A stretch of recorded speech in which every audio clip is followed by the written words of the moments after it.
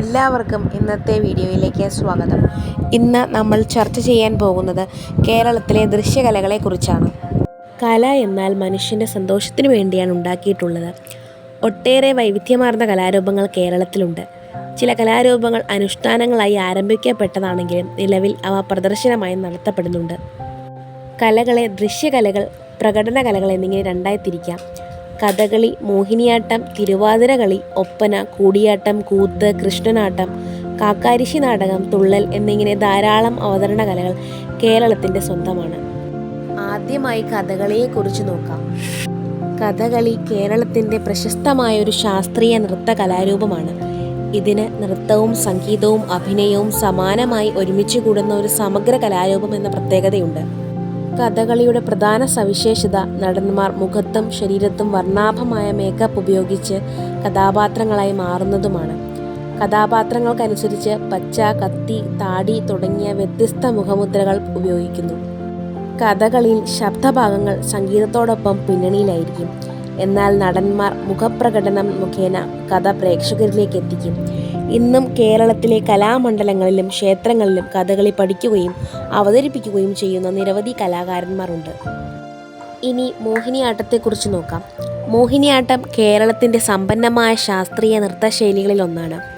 ഇതിൻ്റെ ഉത്ഭവം ക്ഷേത്ര നൃത്തമായിട്ടാണ് നടന്നത്. പ്രത്യേകിച്ച് ശ്രീകൃഷ്ണ ഭക്തി ഗാനങ്ങളുമായി ബന്ധപ്പെട്ട് മോഹിനിയാട്ടത്തിൻ്റെ ചലനങ്ങൾ ലാസ്യഭാവം നിറഞ്ഞതും നർമ്മമയവുമായതാണ്. ശാന്തവും നയനമോഹനവുമായ ചലനങ്ങളാണ് ഇതിൻ്റെ പ്രത്യേകത. സാന്ദ്രമായ ഭാവപ്രകടനം, മൃദുലമായ കൈപ്പതനങ്ങൾ, മനോഹരമായ അടവുകൾ എന്നിവ ഇതിൻ്റെ ആകർഷണങ്ങളാണ്. സാംസ്കാരിക ചരിത്രപരമായ വലിയ പ്രാധാന്യമുള്ള ഈ നൃത്തശൈലി ഇന്ന് രാജ്യാന്തരമായ അംഗീകാരം ഒന്നിച്ചു. തേജസ്വിനിയും മനോഹരവുമായ ഈ കലാരൂപം കേരളത്തിൻ്റെ സാംസ്കാരിക പൈതൃകത്തിൻ്റെ അഭിമാനമാണ്. ഇനിയാണ് തിരുവാതിര. തിരുവാതിര കേരളത്തിലെ ഒരു പ്രധാന ഹിന്ദു ആഘോഷമാണ്, പ്രത്യേകിച്ച് സ്ത്രീകൾ ആഘോഷിക്കുന്നത്. ഇത് ധനുമാസത്തിലെ തിരുവാതിര നക്ഷത്ര ദിനത്തിൽ ആഘോഷിക്കപ്പെടുന്നു.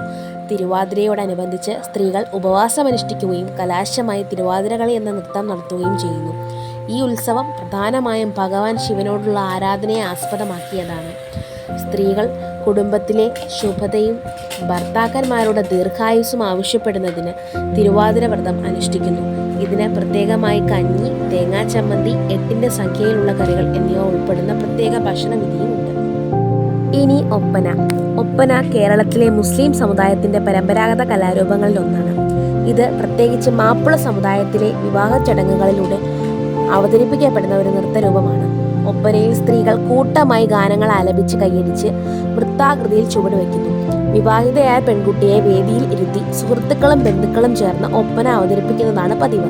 ഇതിൻ്റെ ഗാനങ്ങളിൽ പ്രണയവും വിവാഹവും ഒക്കെയുള്ള വസ്തുതകൾ മനോഹരമായി അവതരിപ്പിക്കപ്പെടുന്നു. ഈ കലാരൂപം ഇന്ന് ആഘോഷ പരിപാടികളിലും സാംസ്കാരിക വേദികളിലും വ്യാപകമായി പ്രചാരം നേടിയിട്ടുണ്ട്. ഇനി തുള്ളലിനെ കുറിച്ച് പരിശോധിക്കാം.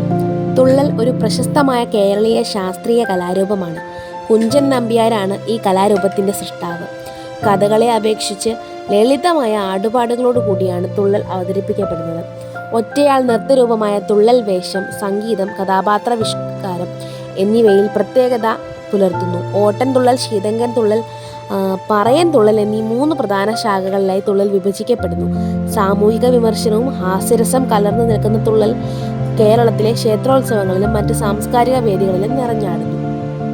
ഇനി കൂടിയാട്ടം. കൂടിയാട്ടം കേരളത്തിൻ്റെ പരമ്പരാഗത നാടക കലാരൂപങ്ങളിൽ ഒന്നാണ്. ഭാരതീയ നാടകശാസ്ത്രമായ നാട്യശാസ്ത്രത്തിൻ്റെ അടിസ്ഥാനത്തിൽ വികസിച്ച ഈ കലാരൂപം ആയിരക്കണക്കിന് വർഷങ്ങളായി നിലനിൽക്കുന്നു. സംസ്കൃത നാടകങ്ങളിലാണ് കൂടിയാട്ടത്തിൻ്റെ മുഖ്യ അടിസ്ഥാനമായിരുന്നത്. എന്നാൽ പിന്നീട് പ്രാദേശിക സ്വാധീനങ്ങൾ ഉൾക്കൊണ്ടു. കലാമണ്ഡലം നടനാർഭൂതികളുടെ ശീലങ്ങൾ, മുഖഭാവങ്ങൾ, മുദ്രകൾ എന്നിവയുടെ സമഗ്രമായ സമാഹാരമാണിത്. കൂടിയാട്ടം പെർഫോമറുകൾക്ക് കഠിനമായ പരിശീലനം ആവശ്യമുള്ളൊരു കലാരൂപമാണെന്നും അതിന് പ്രത്യേകമായ ആചാരാനുഷ്ഠാനങ്ങൾ ഉള്ളതുമാണ്. 2010 യുനെസ്കോ കൂടിയാട്ടത്തെ മനുഷ്യജാതിയുടെ അമൂല്യവുമായ വാചിക മൂല്യങ്ങളെക്കുറിച്ചുള്ള അശരീര പരമ്പര എന്ന പട്ടികയിൽ ഉൾപ്പെടുത്തി. അടുത്തത് കൃഷ്ണനാട്ടം. കൃഷ്ണനാട്ടം കേരളത്തിലെ ഒരു പ്രാചീന നാടോടി കലാരൂപമാണ്. ഇത് സമൂഹ നാടകങ്ങളുടെയും സംഗീത നൃത്തങ്ങളുടെയും ഒരു അതുല്യ സമാഗമമാണ്. സാമൂതിരി രാജാവായ മണവേദനാണ് കൃഷ്ണനാട്ടം രചിച്ചത്. മഹാഭാരതത്തിലെ ശ്രീകൃഷ്ണന്റെ ജീവിതകഥയെ ആസ്പദമാക്കിയാണ് രചിച്ചത്. കൃഷ്ണനാട്ടം പ്രദർശനങ്ങൾ സ്തുതിഗാനത്തോടെയും പഞ്ചവാദ്യത്തിൻ്റെ മധുരമുള്ള മുഴക്കത്തോടെയും ആരംഭിക്കുന്നു. അഭിനേതാക്കൾ മനോഹരമായ ഭാവപ്രകടനങ്ങളിലൂടെ കഥകൾ അവതരിപ്പിക്കുന്നു. മുഖ്യമായും ശ്രീകൃഷ്ണൻ്റെ ലീലകൾ, യുദ്ധങ്ങൾ, കൂടാതെ ഭഗവത്ഗീതയുടെ സന്ദേശം എന്നിവ. കൃഷ്ണനാട്ടം പ്രധാനമായും ഗുരുവായൂരപ്പൻ്റെ ക്ഷേത്രത്തിൽ അവതരിപ്പിക്കപ്പെടുന്നു, ഭക്തജനങ്ങൾക്ക് അത്യന്തം ആത്മീയ അനുഭവം സമ്മാനിച്ചുകൊണ്ട്. മേൽപ്പറഞ്ഞ ദൃശ്യകലകൾ കേരളത്തിൻ്റെ സംസ്കാരത്തിൻ്റെ ഭാഗമാണ്. ഇവയെ അറിയുന്നത് കേരള സംസ്കാരത്തിൻ്റെ പഠനത്തിനും കൂടെ കാരണമാകുന്നു.